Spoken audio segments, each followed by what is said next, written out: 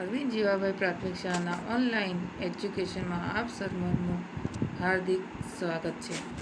બાળ મિત્રો, આપણે ગણિત વિષયમાં સંખ્યાની ગમ્મતમાં 1 થી 100 સુધીની સંખ્યા ભણી ગયા. સમજૂતી. બાળ મિત્રો, આપણે 100, 200, 300, 400, 500, 600, 700, 800, 900 સુધીની લાઈનો ભણવાની છે. બાળકો, તમારે 101 થી 199 સુધીની સંખ્યા લખવા માટે 1 થી 9 સુધીની સંખ્યા આગળ 10 લખાય અને 10 થી 99 સુધીની સંખ્યા આગળ 1 લખાય.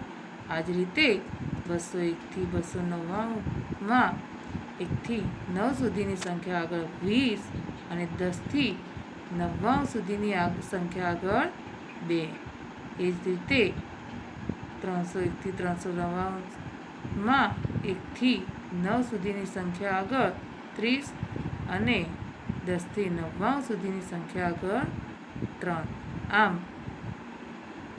901 થી 999 સુધીની સંખ્યામાં 1 થી 9 સુધીની સંખ્યા આગળ 90 અને 10 થી 99 સુધીની સંખ્યા આગળ 9 લખાય. આમ બધી જ સંખ્યાઓ આ રીતે લખી શકાય. જુઓ ઉદાહરણ.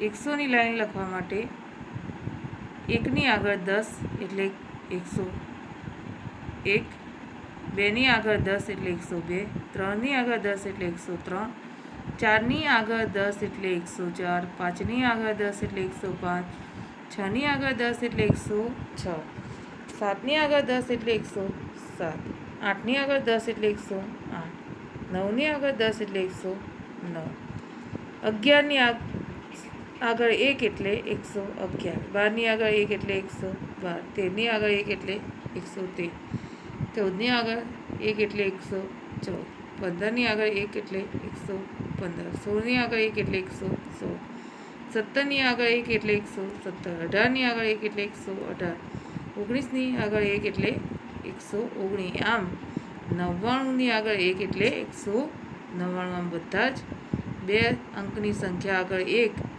મૂકીએ એટલે 100ની લાઈન મળી જાય અને 199 પછી આવશે 200. આમ આ સંખ્યાઓ બોલવા કે વાંચવા માટે 101 થી 199 સુધીની સંખ્યા આગળ 100 બોલાય, 201 થી 299 સુધીની સંખ્યા આગળ 200 બોલાય, 301 થી 399 સુધીની સંખ્યા આગળ 300 બોલાય. આમ 901 થી 999 સુધીની સંખ્યા આગળ 900 બોલાય. બધી જ સંખ્યાઓ આ રીતે બોલી અને વાંચી શકાય. 10-10ના જૂથ. એક બોક્સની અંદર 10 દીવાસળી છે. આવા કેટલા બોક્સ છે? 10.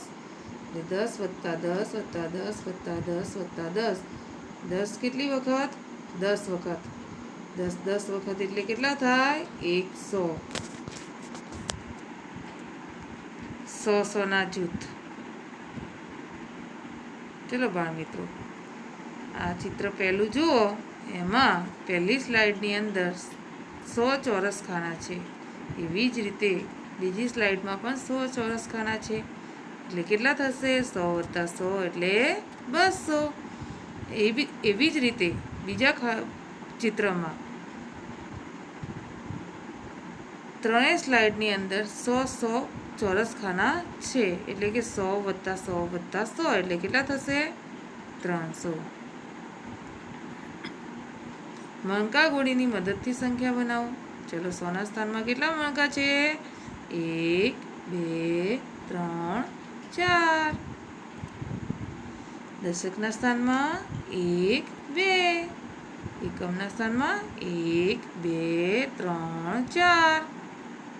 કઈ સંખ્યા બની? 424. અંકકારની મદદથી સંખ્યા બનાવો. 100ના સ્થાનમાં કઈ સંખ્યા છે? 8. દશકના સ્થાનમાં 2, એકમના સ્થાનમાં 9. કઈ સંખ્યા બનશે? 829. નીચેની સંખ્યાને શબ્દમાં લખો. ચલો, પહેલી સંખ્યા કઈ છે? 193. બીજી સંખ્યા કઈ છે? 583. ત્રીજી 900. ચોથી 607. નીચેની સંખ્યાને અંકમાં લખો. પ્રથમ સંખ્યા કઈ છે? 129. બીજી 204. ત્રીજી છે 679. ચોથી સંખ્યા છે 513. અને પાંચમી છે 273. તરત પહેલાની સંખ્યા લખો.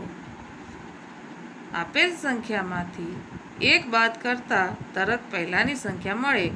ચલો, 175માંથી એક બાદ કરીએ એટલે બનશે 174. હવે કઈ સંખ્યા છે? 262. તો 262ની પહેલા કઈ આવશે? 261. 574 પહેલા કઈ આવશે? 573. ચલો, કઈ સંખ્યા જોઈશું? તરત પછીની. તો આપેલી સંખ્યામાં એક ઉમેરવાથી તરત પછીની સંખ્યા મળે. 120માં એક ઉમેરીએ એટલે કેટલા થશે? 121. ચલો, બીજી સંખ્યા જોઈએ. 444 પછી 445. 659 પછી કઈ આવશે? 660. હવે વચ્ચેની સંખ્યાઓ લખો. 138 અને 140ની વચ્ચે કઈ આવશે? 138 પછી કઈ આવે? 139. 771 અને 773 માં વચ્ચેની સંખ્યા કઈ? તો 772. 906 અને 908 માં વચ્ચેની સંખ્યા કઈ? 906 પછી કઈ આવશે? 907.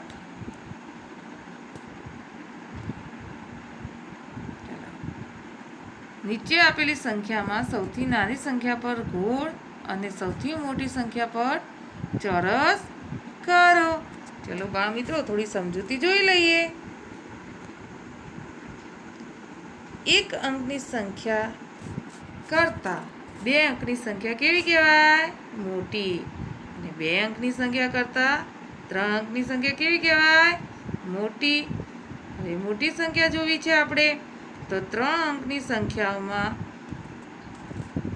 100ના અંકો જુદા જુદા હોય તો જે સ્થાનનો 100નો અંક મોટો એ સંખ્યા મોટી. 3 અંકની સંખ્યામાં 2 સંખ્યામાં 100ના અંક સરખા હોય તો જે સંખ્યાઓના દશકનો અંક મોટો હોય એ સંખ્યા મોટી. 3 અંકની સંખ્યાઓમાં 100 અને દશક બંનેના અંક સરખા હોય તો એકમના અંકનો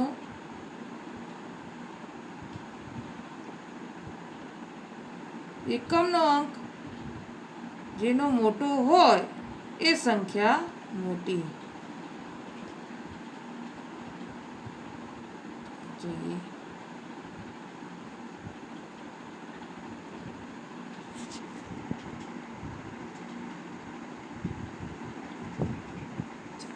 આગળ જોઈએ એ પ્રમાણે 100ના અંક બધાના કેવા છે?